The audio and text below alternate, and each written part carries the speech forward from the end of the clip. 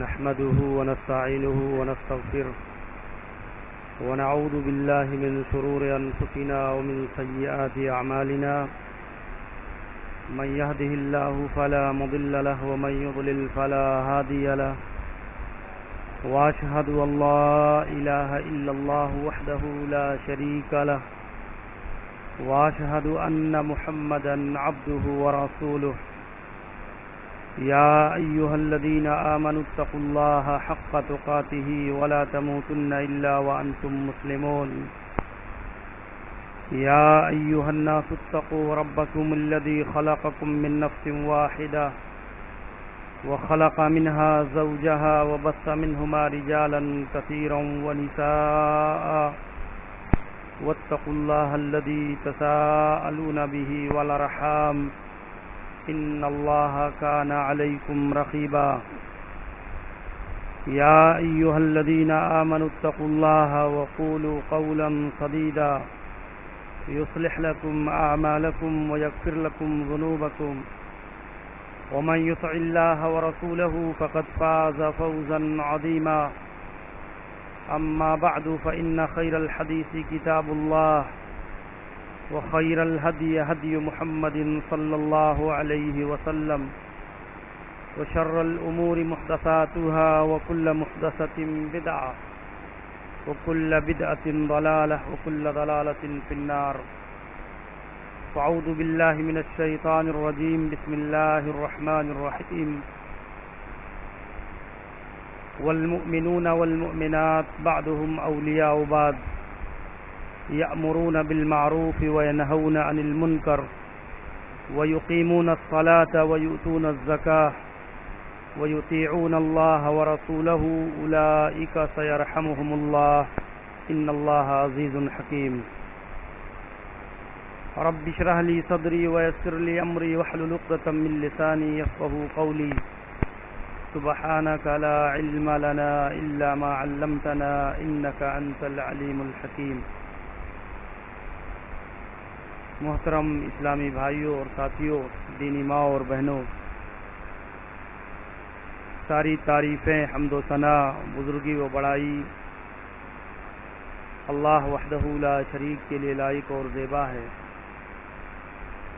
جو ہم سب کا خالق و مالک ہے، مدبر و متصرف ہے۔ بعدہ درود و سلام نازل ہو ہم سب کے پیارے رسول جناب محمد الرسول اللہ صلی اللہ علیہ وآلہ وسلم پر۔ اللہ تبارک و تعالی نے آپ کو اس کائنات کا آخری بشیر و نذیر بنا کر مبعوث فرمایا، اور ہم مسلمانوں کو آپ کے ذریعہ سے کتاب و سنت کی صحیح اور سچی تعلیمات، عقیدہ و عمل سے بھرپور ایک زندگی اللہ تعالیٰ نے ہمیں اور آپ کو عنایت فرمائی، اور یہی اللہ رب العالمین کی سب سے عظیم ترین نعمت ہے۔ اللہ رب العالمین نے قرآن مجید کی آیت کریمہ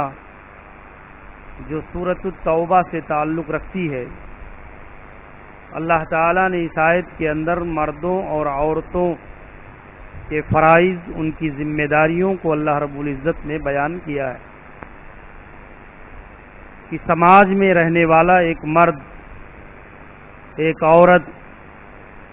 اللہ نے انفرادی و اجتماعی حیثیت سے ان کے کندھوں پر کس طرح کی ذمہ داریاں ڈالی ہیں اور اسے ادا کرنے کا مکلف اللہ تعالیٰ نے بنایا ہے۔ والمؤمنون والمؤمنات بعضهم اولیاء بعض، ایک مومن مرد اور مومنہ عورتیں، ایمان والی خواتین، یہ باہم ایک دوسرے کے معاون و مددگار ہیں، خیر کے کاموں میں، نیکی کے کاموں میں، تقوی میں، دینداری میں، اللہ کے دین کی خدمت میں، دونوں ایک دوسرے کے معاون اور مددگار ہیں۔ یامرون بالمعروف وینہون عن المنکر، اللہ تعالیٰ نے ان دونوں کے کندھوں پر، مردوں پر اور عورتوں پر یہ ذمہ داری ڈالی ہے کہ وہ ہر طرح کے خیر و بھلائی سے اپنے آپ کو سنواریں، ہر طرح کی نیکی، تقوی اور اللہ کے خوف سے اپنے آپ کو مزین کریں اور اس بات کی دعوت اور اس کے پیغام کو عام کریں۔ اور اللہ تعالیٰ نے یہ چیز مردوں پر بھی ڈالی ہے اور عورتوں پر بھی اللہ تعالیٰ نے یہ ذمہ داری عطا کیا ہے. یامرون بالمعروف وینہون عن المنکر. اور اللہ تعالیٰ نے تیسری صفت بتائی ویقیمون الصلاۃ، نماز قائم کریں. نماز کا قیام جیسے سنت کے مطابق صحیح طور پر مردوں کے اوپر فرض ہے، ایسے ہی اللہ تعالیٰ نے عورتوں کے اوپر بھی فرض کیا ہے. ویؤتون الزکاۃ. اور چوتھی چیز اللہ نے ذکر فرمائی زکوٰۃ کا ادا کرنا مردوں پر بھی لازم ہے، اور اگر ان کا مال نصاب تک پہنچتا ہے تو عورتوں پر بھی اللہ تعالیٰ نے زکوٰۃ کے فریضے اور اس کی ادائیگی کو واجب قرار دیا ہے. وَيُؤْتُونَ الزَّكَاةَ وَيُطِيعُونَ اللَّهَ وَرَسُولَهُ. اور مرد اور عورت سب اللہ اور اس کے رسول کی شریعت، اس کے دین، اس کے احکام کی اطاعت و پیروی اور اس پر عمل کرنے کے پابند ہیں. یہی وہ لوگ ہیں جن پر اللہ تعالیٰ کی رحمتیں ہیں دنیا کی زندگی میں اور آخرت کی زندگی میں. اللہ تبارک و تعالیٰ کی رحمت، اللہ تعالیٰ کے احسانات، اللہ کی بخشش، اللہ کی مغفرت کے مستحق یہی لوگ ہیں. آپ دیکھیں اس آیت کریمہ میں اللہ رب العزت نے 5 بنیادی صفتوں کا ذکر فرمایا ہے، اور ان صفات میں اللہ نے مردوں کے ساتھ عورتوں کو بھی شریک کیا ہے. اور یہی ہماری دینی زندگی کی بہت حد تک اساس اور بنیاد ہے کہ ایک مسلمان ان اصولوں پر، ان ضابطوں پر اپنی عملی زندگی کا انحصار، عملی زندگی کی بنیاد اس پر قائم کرے اور اس کے مطابق زندگی بسر کرنے کی کوشش کرے. آپ اگر دیکھیں گے اس آیت کریمہ کا پس منظر تو اللہ نے اس سے پہلے اللہ نے منافقین کا ذکر کیا ہے، اور اللہ نے منافق مردوں اور منافقہ عورتوں کا اور ان کے صفات کا، ان کے کرداروں کو اللہ رب العالمین نے ذکر کر کے اس کے فوراً بعد اہل ایمان کے مومن مردوں اور عورتوں کو اللہ تعالیٰ نے خطاب کیا ہے، جس سے مطلوب یہ ہے کہ ایک مسلمان اچھی طرح سے پہچان لے کہ نفاق کا کام، اللہ کی نافرمانی کا کام، اور اس کے نتیجے میں جو اللہ تعالیٰ نے جہنم کا وعدہ اور درک اسفل میں انہیں داخل کرنے کا جو ذکر کیا ہے، اس سے وہ ممتاز ہو جائیں اور اسے جان لیں کہ اللہ تعالیٰ کی رضامندی اور اللہ تعالیٰ کی اطاعت و فرما برداری یہ ایک مسلمان پر کتنی زیادہ اہم اور ضروری ہے. اور اسی میں انسان کو زندگی بسر کرنے کی کوشش. اسی لیے اللہ رب العزت نے آپ دیکھیں بالخصوص خواتین کا ذکر اللہ تعالیٰ نے مردوں کے ساتھ جوڑ کر اس بات کو بڑی صراحت کے ساتھ ذکر کیا ہے کہ سماج اور معاشرہ میں خواتین کا ایک بڑا ہی سنہرا کردار ہے. سماج کے اندر ایک خاتون یہ مردوں کے بالمقابل نصف حصہ ہے سماج اور معاشرے کا، اور اس کی بنیاد پر اللہ اور اس کے رسول نے کتاب و سنت کے اندر جیسے مردوں کو تعلیمات دی ہیں نیکی کا، بھلائی کا، اچھائیوں کے کر گزرنے کا، تقوی اور پرہیزگاری اور زیادہ سے زیادہ نیکی کمانے کا، ایسے ہی اللہ تعالیٰ نے عورتوں اور خواتین کو بھی اللہ رب العزت نے برابر کا شریک قرار دے دیا ہے کہ وہ اجر و ثواب کمانے میں، نیکی کے حصول میں، دین پر عمل کرنے میں، دین کے لیے جانی و مالی قربانیاں دینے میں مردوں کے مشابہ اور مردوں کے برابر ہیں. اس میں کسی طرح کا فرق اور امتیاز نہیں ہے کہ ایک مرد جنت کے اعمال کر کے اپنے آپ کو جنتی بنا سکتا ہے یا جنت کے لائق بنا سکتا ہے، لیکن ایک عورت صرف گھر کی چہار دیواری میں رہ کر کے وہیں تک اس کا دائرہ محدود ہو اور وہ دیگر نیکیوں میں، دیگر اعمال صالحات میں وہ مردوں کے شریک کار نہ ہو. یہ تصور اسلام نے نہیں دیا ہے. اسلام نے ایک بڑا وسیع تصور دیا ہے کہ خواتین بھی مردوں کے ساتھ ہر اعمال خیر میں، نیکی میں شریک ہیں. اور اسی لیے اللہ کے نبی علیہ الصلاۃ والسلام نے ایک حدیث کے اندر بڑی صراحت کے ساتھ بیان فرمایا کہ انما النساء شقائق الرجال، کہ عورتیں یہ مردوں کا ہی حصہ ہیں، عورتیں مردوں کا ہی جز ہیں. کس اعتبار سے؟ تخلیقی اعتبار سے. اللہ تبارک و تعالی نے جیسے مرد کو پیدا کیا ہے ایسے ہی اللہ رب العزت نے عورتوں کو پیدا کیا ہے. اللہ تعالی نے جیسے مرد میں خیر اور شر دونوں مادے رکھے ہیں، ایسے ہی اچھائیوں کی طرف میلان اور برائیوں کی طرف میلان کی رغبت خواتین میں بھی اللہ تعالیٰ نے رکھی ہے، اور یہ فطری طور پر اللہ رب العزت نے ان صلاحیتوں سے مرد اور عورت دونوں کو مالا مال کیا ہے کہ وہ محنت اور مجاہدہ کے ذریعہ سے مردوں کی طرح بڑے سے بڑے کارہائے نمایاں کو اور اللہ کے دین پر عمل کے ذریعہ سے اس کے لیے تبلیغ اور ارشاد کے لیے قربانیاں دے کر کے وہ اللہ کے دین کو سیکھ سکتی ہیں، سنوار سکتی ہیں اور اپنا ایک کردار اور اپنی ایک حیثیت جو ہے شریعت کے اندر منوا سکتی ہیں۔ اسی بنیاد پر آپ دیکھیں گے کہ سلف کے زمانے کی جو خواتین ہیں ان کا بڑا سنہرا کردار ہے۔ تاریخی حیثیت سے اگر آپ دیکھیں تو اس زمانے کی ایک عورت مردوں کے شانہ بشانہ کھڑی ہے، تعلیم کا میدان ہو، تربیت کا میدان ہو، دعوت کا میدان ہو، یا اسی طریقے سے گھر بار کے سنبھالنے اور نشو نما اور تربیت کا باب ہو، ہر جگہ ایک عورت کا بڑا ہی عمدہ ترین کردار ہے۔ اس کے لیے مردوں کے کندھوں پر اللہ تعالیٰ نے بہت بڑی ذمہ داری عائد کیا ہے کہ خواتین کے تربیت کے لیے، ان کی تعلیم کے لیے، ان کی دینی نشو نما کے لیے ایک میدان اور ایک ماحول فراہم کرنا یہ مردوں کے کندھوں پر ایک بہت بڑی ذمہ داری ہے۔ اس وقت صورتحال یہ ہے کہ جہالت کا تناسب یہ مردوں کے بنسبت عورتوں کے اندر زیادہ ہے۔ مردوں کے بالمقابل خواتین میں دین سے دوری کا، جہالت کا، علمی کمزوری کا، عقید و عمل کے معاملے میں گمراہی کا، بہکنے اور بھٹکنے کا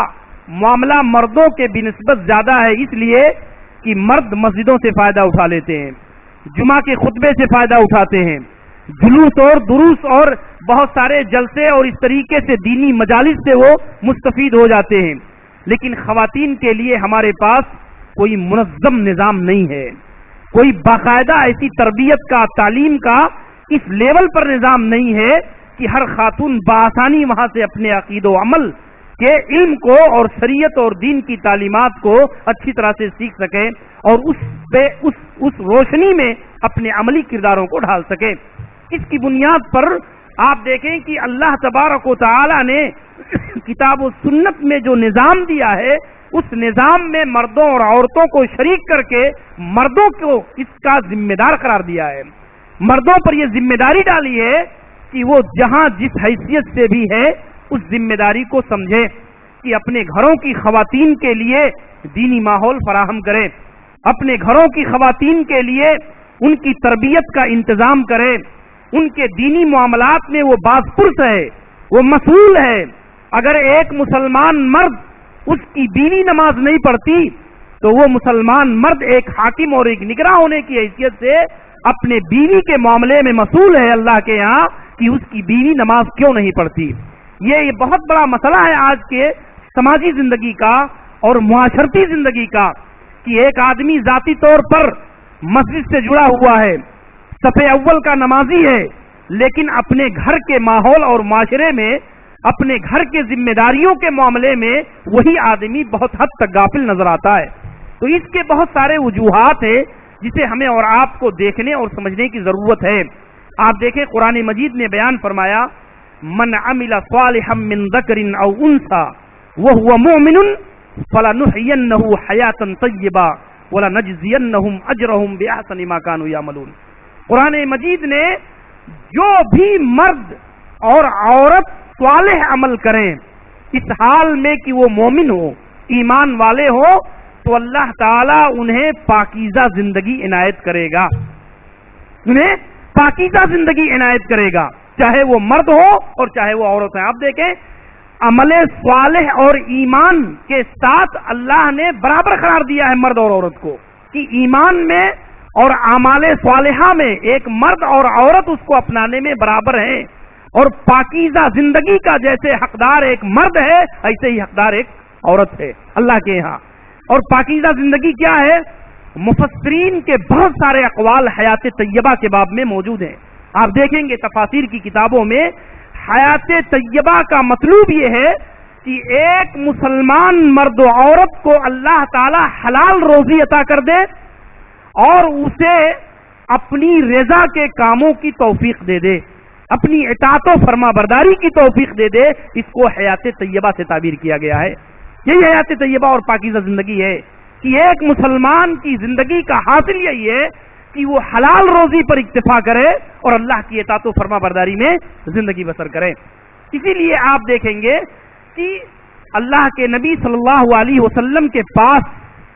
جب بھی خواتین کا کوئی وفد آیا، کوئی جماعت، یا اللہ کے نبی کے پاس کسی خاتون نے آ کر کے کوئی بات کہی تو اللہ کے نبی نے فوراً اس کو ایکسپٹ کر لیا۔ حتیٰ کہ آپ دیکھیں قرآن مجید میں بیشتر اور اغلبیت کا ذکر جو ہے یہ مردوں کو خطاب ہے۔ قرآن مجید میں اکثر مقامات پر چاہے فرائض ہوں، ترغیبات ہوں، وہاں اللہ تعالیٰ نے مردوں کو ہی خطاب کیا ہے زیادہ تر، اور اس کے ضمن میں عورتوں کو شامل کیا ہے۔ آپ دیکھیں حضرت ام سلمہ رضی اللہ عنہا، اللہ کے نبی علیہ الصلوۃ والسلام کی چہیتی بیوی ہیں حضرت ام سلمہ، اللہ کے نبی علیہ الصلوۃ والسلام سے ایک بار کہتی ہیں اے اللہ کے نبی ما لنا لا نذکر فی القرآن الا الرجال، یہ کیا وجہ ہے کہ اللہ تعالیٰ صرف مردوں کو ذکر کرتا ہے، مردوں کو خطاب کرتا ہے، ہم عورتوں کی قربانیاں، ہم عورتوں کو ترغیب اور ہم عورتوں کو اللہ تعالیٰ کیوں ذکر نہیں کرتا؟ آپ دیکھیں کتنی باریک نظر ہے، کتنی گہری فراست ہے، اور قرآن مجید کا کتنا گہرا مطالعہ ہے کہ وہ اللہ کے نبی سے سوال کرتی ہیں کہ اللہ تعالیٰ صرف مردوں کو کیوں خطاب کرتا ہے؟ تو اللہ کے نبی علیہ الصلوۃ والسلام کے اوپر فوراً قرآن مجید کی سورہ احزاب کی وہ آیت نازل ہوتی ہے جس میں ان المسلمین والمسلمات والمؤمنین والمؤمنات والقانتین والقانتات والصادقین والصادقات، پوری تفصیلی آیت جس میں ایک مسلمان مرد اور ایک مسلمان عورت، ایک مومنہ مرد، ایک مومنہ عورت اور ایک مومن مرد، ایک جو ہے تہجد گزار اللہ کے اطاعت و فرما برداری کرنے والا مرد اور جو ہے اطاعت و فرما برداری کرنے والی عورت، پوری تفصیل اور ساری صفتوں میں، سارے اوصاف میں اللہ رب العزت نے مردوں کے بالمقابل عورتوں کو شریک قرار دیا ہے، اور شریک کر کے ان کی حیثیت کو اللہ کے نبی صلی اللہ علیہ وسلم نے اس طور پر پوری آیت کریمہ کو تلاوت کر کے عورتوں کے باب میں ذکر کیا کہ اللہ تعالیٰ نے تمہیں بھی وہی درجہ، وہی مقام، وہی حیثیت نیکی اور تقوی کے باب میں عطا کیا ہے جو ایک مرد کو اللہ رب العزت نے عطا فرمایا ہے۔ یہی وجہ ہے آپ دیکھیں اللہ کے نبی صلی اللہ علیہ وسلم نے جب دعوت کا جہری دور شروع ہوا مکہ کے اندر، چونکہ ابتدائی دور میں اللہ کے نبی چھپ چھپ کر کے لوگوں کو دعوت دیتے تھے،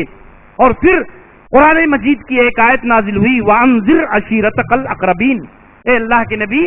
اب آپ چپکے دعوت دینے کے بجائے اپنے رشتہ داروں کو خطاب کر کے دعوت دیجیے، عمومی انداز میں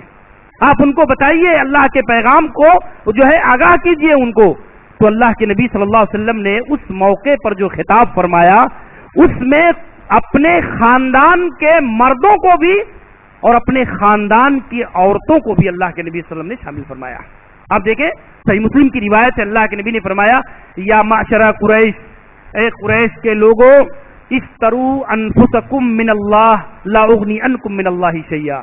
تم اپنا معاملہ اللہ سے درست کر لو، اپنا معاملہ اللہ سے صحیح کر لو، میں تمہارے خاندان کا ہوں لیکن قیامت کے دن میں تمہارے کوئی کام نہیں آ سکتا۔ یا بنی عبد المطلب، یا عباس ابن عبد المطلب، اللہ کے نبی نے حضرت عباس کو،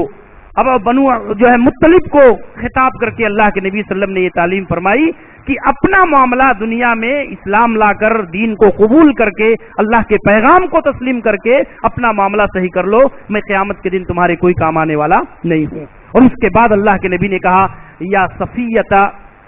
جو ہے امت رسول اللہ، اے صفیہ اللہ کے نبی کی پھوپھی، اے صفیہ اللہ کے نبی کی پھوپھی صفیہ بنت عبد المطلب، تم اپنا معاملہ صحیح کر لو،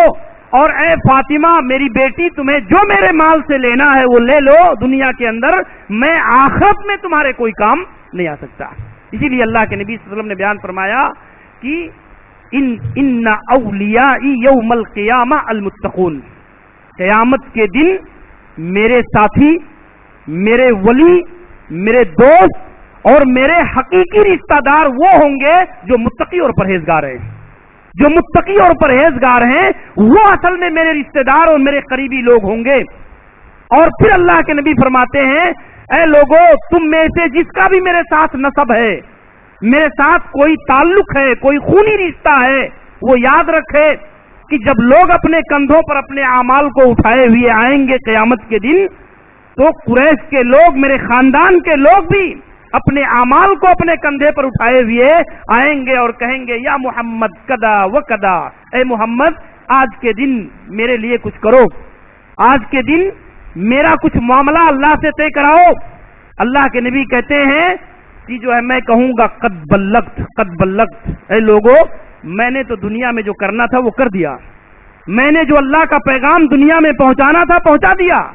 اب میں تمہیں کچھ نہیں کر سکتا تمہارے لیے آج کے دن، آج تم ہو، تمہارا عمل ہے، اور اللہ رب العالمین جو معاملہ تمہارے ساتھ چاہے گا وہ کرے گا تمہارے عمل کی بنیاد پر۔ آپ دیکھیں یہ صحیح روایت ہے میرے بھائیو، شیخ البانی نے الصحیحہ کے اندر اس حدیث کو صحیح قرار دیا ہے۔ اس حیثیت سے ہمیں اور آپ کو معلوم ہوتا ہے کہ اللہ کے نبی علیہ الصلوۃ والسلام نے رشتے کی بنیاد اصل میں تقویٰ کو قرار دیا ہے، پرہیزگاری کو قرار دیا ہے کہ آج اگر ایک عورت کتنی صالح اور نیک ہے اور اس کا شوہر نافرمان ہے تو یقین جانیے کہ بیوی کی نیکی یہ شوہر کے کوئی کام نہیں آ سکتی ہے، اور ایسے ہی اگر ایک مرد صالح اور نیک ہے اور بیوی اگر صالح نہیں ہے، صوم و صلاۃ کی پابند نہیں ہے، تو شوہر کی صالحیت اور اس کی نیکی یہ بیوی کے کام نہیں آ سکتی ہے۔ اسی کو قرآن مجید نے ذکر کیا یوم یفر المرء من ابیہ و امہ، جو ہے یوم یفر المرء من اخیہ و امہ و ابیہ و صاحبتہ و بنیہ وَلِكُلِّ امْرِئٍ مِّنْهُمْ يَوْمَئِذٍ شَأْنٌ يُغْنِيهِ۔ اللہ رب العالمین بیان کرتا ہے کہ قیامت کے دن ایک بھائی اپنے بھائی سے، باپ بیٹے سے، بیوی شوہر سے، وہ ایک دوسرے سے ایسے بے نیاز ہوں گے کہ کوئی کسی کا پرسان حال نہیں ہوگا۔ ہر آدمی جو ہے دیکھ کر کے اپنے منہ کو پھیر لے گا۔ آج ایک آدمی دنیا کے اندر اپنے اولاد کی مستقبل کو سنوارنے کے لیے اللہ رب العزت کی حدوں کو توڑنے میں حیا نہیں کرتا، روزی کمانے میں اس کے مستقبل کے سنوارنے کے لیے ایک انسان ذرہ برابر اللہ کے حدود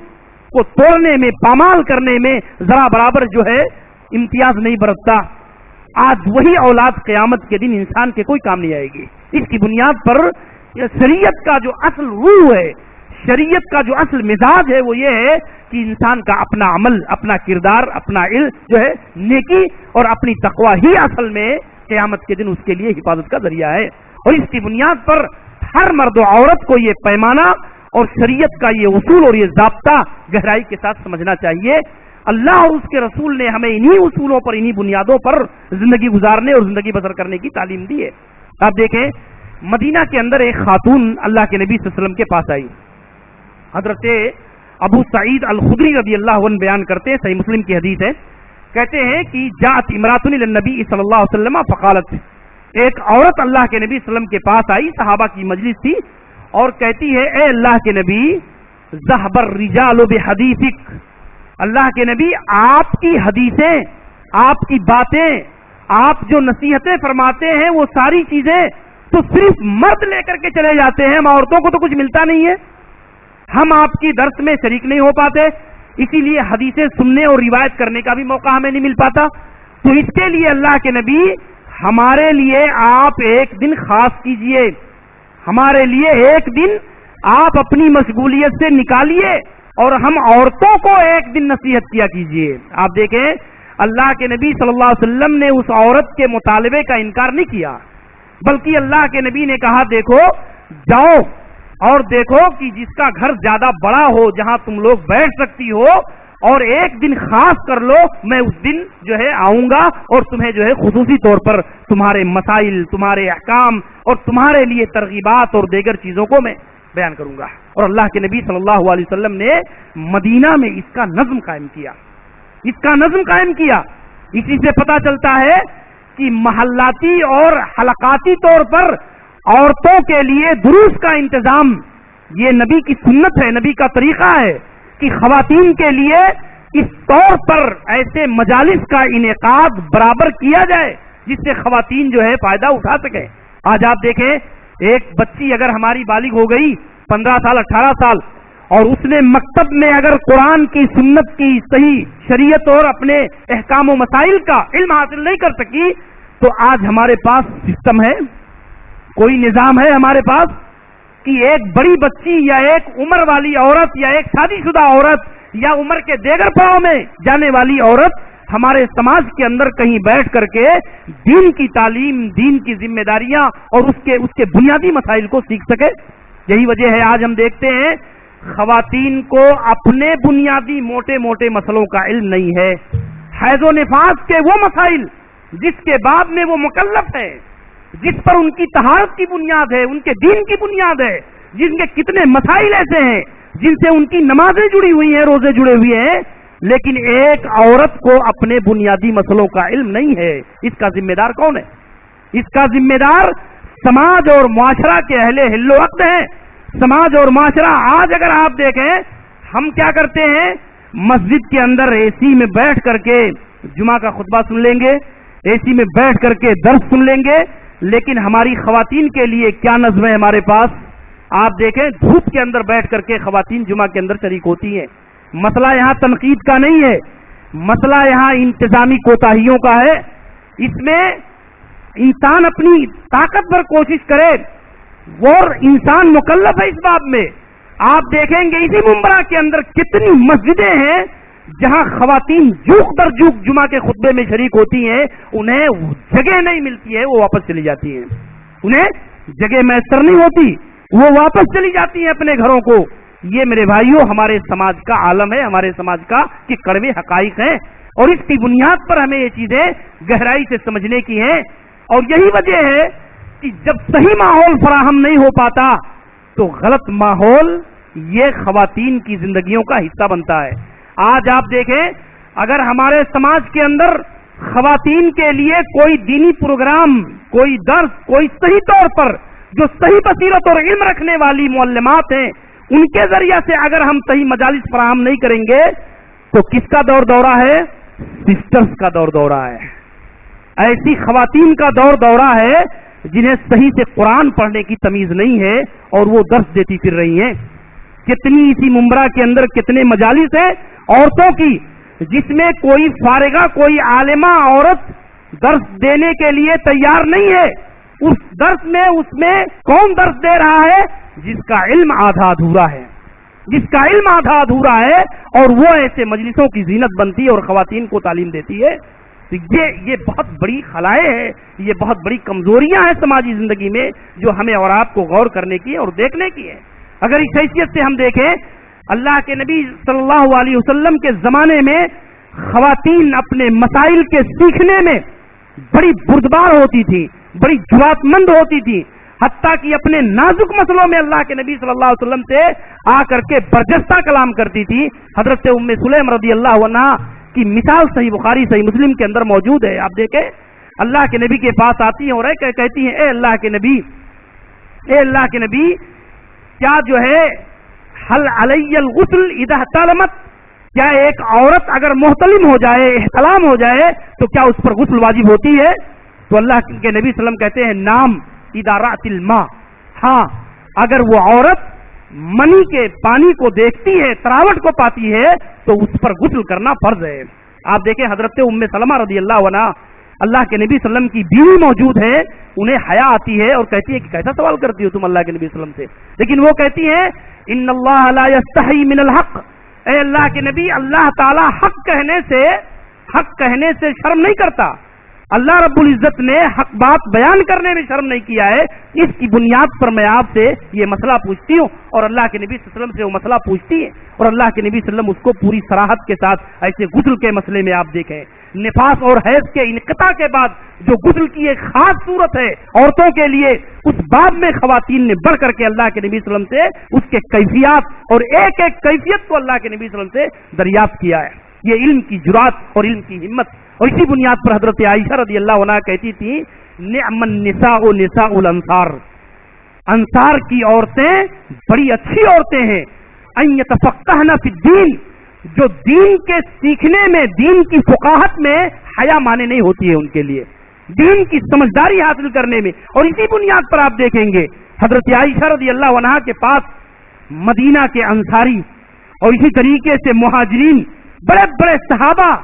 نازک سے نازک مسئلوں میں آ کر کے حضرت عائشہ رضی اللہ عنہا سے مسائل کو پوچھا کرتے تھے، سیکھا کرتے تھے، حتیٰ کہ آپ دیکھیں خواتین اپنے گھروں میں اپنے شوہروں کے باب میں، اپنے بھائیوں کے مسئلے میں، اپنے بیٹوں کے مسئلے میں ان کے مسائل کا اتنا گہرا علم رکھتی تھی کہ ان کو دینی تربیت دیا کرتی تھی کہ وضو ایسے بناؤ، نماز ایسے پڑھو، واجبات یہ ہیں، فرائض یہ ہیں۔ یہ خواتین کا کردار تھا۔ آپ دیکھیں گے حضرت عائشہ رضی اللہ عنہا جب حضرت سعد بن ابی وقاص رضی اللہ عنہ کی وفات ہوئی تو آپ دیکھیں سالم مولا کہتے ہیں کہ میں ان کے گھر آیا تو میں نے دیکھا کہ عبد الرحمن ابن ابی بکر جو حضرت عائشہ رضی اللہ عنہا کے بھائی ہیں کہتے ہیں کہ وہ وضو بنا رہے ہیں اور وضو بنانے میں ان سے جو سنت کا طریقہ ہے وضو بنانے کا، اسباغ وضو کا، وہ ان سے فوت ہو رہا ہے۔ تو کہتے ہیں حضرت عائشہ رضی اللہ عنہا غور سے اسے دیکھ رہی تھی اور کہتی ہیں یا عبد الرحمن اسبغ الوضو، اے عبد الرحمن تم کامل وضو کرو اور طریقہ بتاتی ہیں کہ اللہ کے نبی صلی اللہ علیہ وسلم ایسے وضو کیا کرتے تھے۔ اور اس کے بعد کہتی ہیں اللہ کے نبی نے فرمایا ویل للعقاب، ایڑیوں والوں کے لیے ہلاکت ہے، بربادی ہے کہ جو آدمی وضو کرے اور اس کی ایڑیوں میں کوئی خشک جگہ رہ جائے، اس کے اعضاء میں کوئی خشک جگہ رہ جائے تو اس کے لیے تباہی ہے، اس کے نماز ناقص ہے، اس کا عمل ناقص ہے اور اس کے لیے اس کی بربادی ہے۔ یہ دیکھیں آپ، یہ گھروں کی خواتین کا یہ کردار موجود ہے کہ گھر میں ایک مرد ایک بھائی وضو بنا رہا ہے تو اس کے وضو بنانے کے اس کیفیت اور اس طریقے پر ایک بہن کی گہری نظر ہے کہ وہ سنت کے مطابق وضو بنا رہا ہے یا سنت کے خلاف وضو بنا رہا ہے۔ یہ گھروں کی عورتوں کا مزاج ہوتا تھا۔ اور یہی نہیں، آپ دیکھیں گے عورتیں اپنے بچوں کے معاملے میں بہت حساس ہوتی تھی۔ بہت سارا علم بچے اپنے گھروں سے اپنی ماؤں سے سیکھ لیا کرتے تھے۔ دین کے بنیادی تعلیمات کو سلف کے زمانے میں ایک بچہ اپنی ماؤں سے، اپنے گھروں کی خواتین سے دین کی بنیادی تعلیم کو سیکھتا تھا۔ اور اب دیکھیں حضرت حذیفہ بن یمان رضی اللہ عنہ، حضرت حذیفہ بن یمان ایک بچے ہیں اور ان کی ماں کہتی ہیں کہ بیٹا اللہ کے نبی صلی اللہ علیہ وسلم کے درس میں جا کر کے بیٹھا کرو۔ چھوٹے سے بچے ہیں، نکلتے گھر سے اور جا کے کھیلنے لگتے، اللہ کے نبی صلی اللہ علیہ وسلم کی صحبت میں بیٹھ نہیں پاتے۔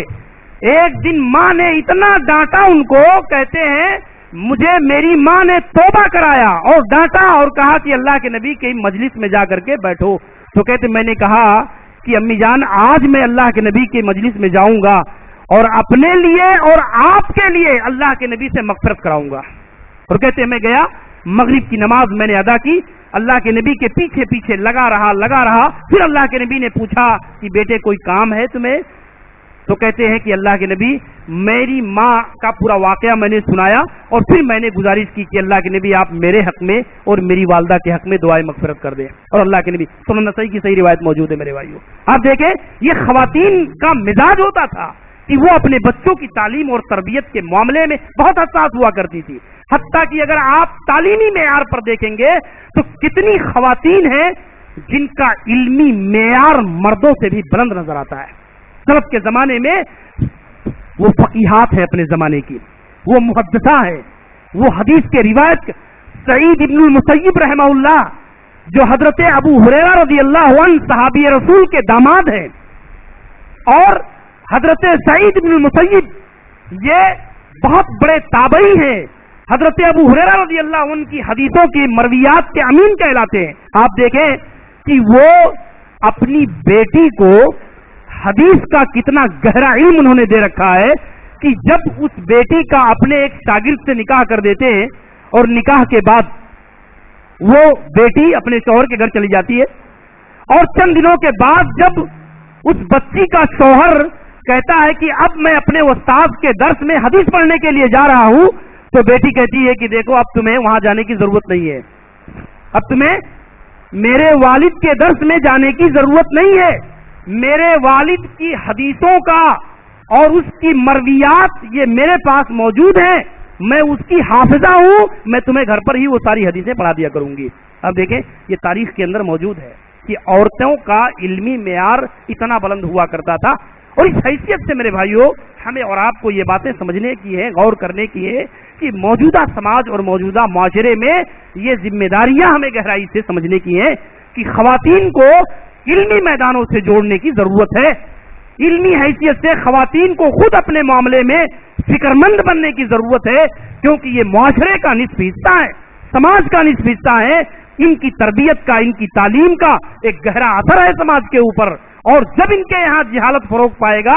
تو سماج کے اندر بھی جہالت یہ فروغ پائے گا, بڑھے گا. اور اس کے لیے ہر آدمی, ہر شخص کہیں نہ کہیں اس کا ذمہ دار ہے. ہمیں اور آپ کو